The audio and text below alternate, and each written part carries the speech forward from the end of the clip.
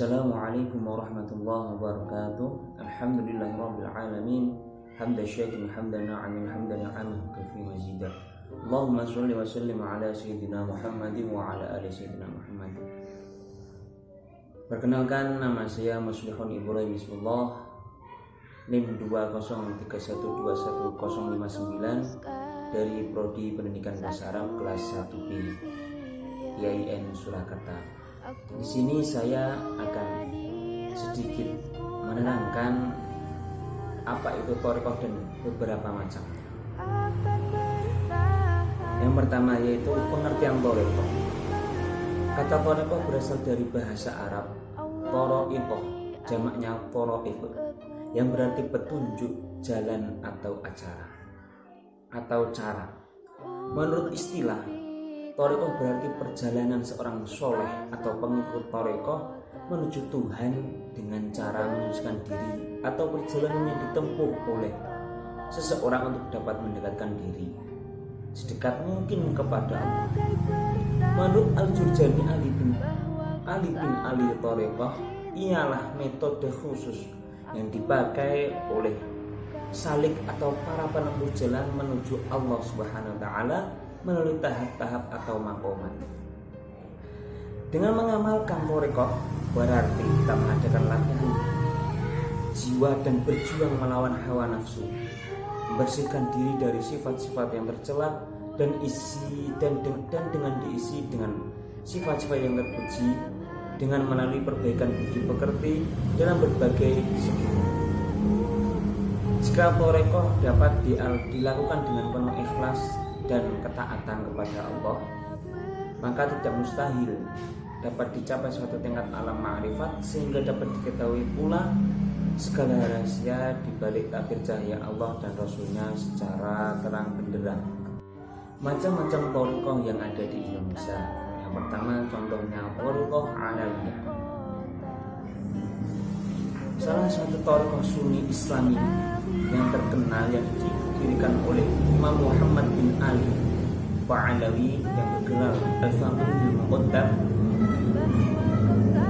itu adalah thariqah Alawiyah. Masa di tangan Imam Abdullah bin Alawi Al-Haddad, penyebarannya antara lain di Yaman, Indonesia, Malaysia dan negara lain. Thariqah Alawiyah ini menitik beratkan pada keseimbangan antara ibadah mahdhah, yaitu muamalah dengan Sang Khaliq atau Allah Subhanahu wa taala, dengan ibadah ghairu mahdhah, yaitu antar sesama manusia, yang dikuatkan dengan adanya majelis ta'lim yang mengajarkan ilmu dan adab serta majelis zikir. Dengan kata lain, thariqah ini mencakup hubungan vertikal, yaitu makhluk dengan Sang Khaliq, dan hubungan horizontal antar sesama manusia. Selain itu, thariqah ini mengajarkan untuk bersungguh-sungguh dalam menuntut ilmu guna menegakkan agama Allah Subhanahu wa taala. Yang kedua, thariqah Naqsyabandiyah. Thariqah ini mengutamakan pada pemahaman hakikat dan tasawuf yang mengandung unsur-unsur pemahaman rohani yang spesifik, seperti tentang rasa atau zauq. Di dalam pemahaman mengisbatkan ketuhanan dan isbat akan sifat ma'nawiyah yang termaktub di dalam roh anak-anak Adam, maupun pengakuan di dalam fanabilah, maupun berkekalan dalam baqabilah yang melibatkan zikir-zikir hati atau hudurul qalbi, menghadirkan hati. Syekh Muhammad Wahiduddin Naqsyabandi rahmatullah alaih merupakan pendiri thariqah ini. Dia adalah ibarat lautan ilmu yang tak bertepi dan dianugerakan dengan mutiara-mutiara hikmah dari ilmu laduni. Dia menyucikan hati-hati manusia dengan lautan amal kebaikan. Dia menghilangkan haus sekalian ruh dengan air dari pancuran rohaninya. Thariqah ini mengutamakan jalan suluk, yang mana dengan berkat tawajuh seorang syekh yang sempurna akan memberi petunjuk kepada seorang penuntut ilmu atau murid,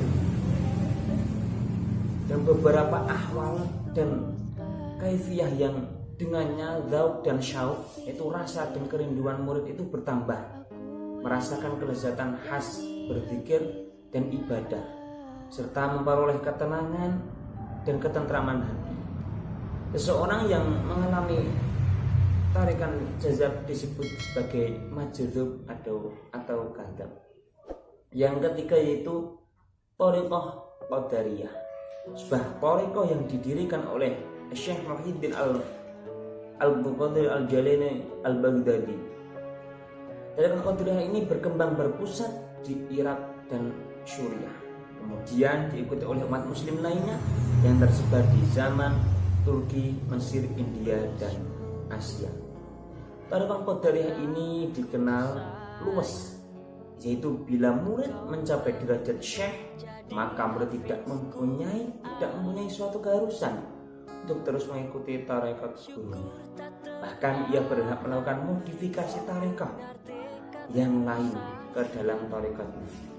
Hal itu seperti tampak pada ungkapan Syekh Abdul Qadir Al-Jilani radhiyallahu anhu bahwa murid yang sudah mencapai derajat gurunya, maka dia jadi mandiri sebagai syekh, dan Allah lah yang menjadi walinya untuk seterusnya. Thariqah qadariyah mempunyai dua ajaran pokok. Yang pertama berserah diri secara lahir dan batin kepada Allah SWT. Yang kedua yaitu menghadirkan Allah. Karena itu ciri khas dari Thariqah Naqsyabandiyah ini adalah zikir bersama, membacakan syair dan qasidah, seluruh badan ikut berzikir, dan mempunyai perasaan dan itikad untuk tunduk di bawah garis keturunan takdir dengan kesesuaian hati dan roh. Yang terakhir memisahkan diri dari kejerungan nafsu. Selanjutnya thariqah syadziliyah. Thariqah syadziliyah merupakan thariqah yang dipelopori oleh Syekh Abul Hasan Asyadzili, yang nama lengkapnya adalah Abul Hasan Asyadzili Al-Hasani bin Abdullah Abdul Jabbar bin Tamim bin Husmun bin Hatim bin Husayn bin Yusuf bin Yushab bin War bin Bagal bin Ahmad bin Muhammad bin Isa bin Muhammad, anak pemimpin pemuda ahli surga dan cucu sebaik-baik umat manusia, yaitu Abu Muhammad Hasan bin Ali bin Abi Thalib radhiyallahu an dan Fatimatuz Zahra binti Rasulullah SAW. Pokok-pokok ajaran dalam thariqah ini yaitu tauhid dengan sebenar-benarnya, tauhid yang tidak musyrik kepada Allah, ketakwaan terhadap Allah secara lahir batin, dan yang diwujudkan dengan jalan bersikap warok dan istiqomah dalam menjalankan perintah Allah Subhanahu wa taala.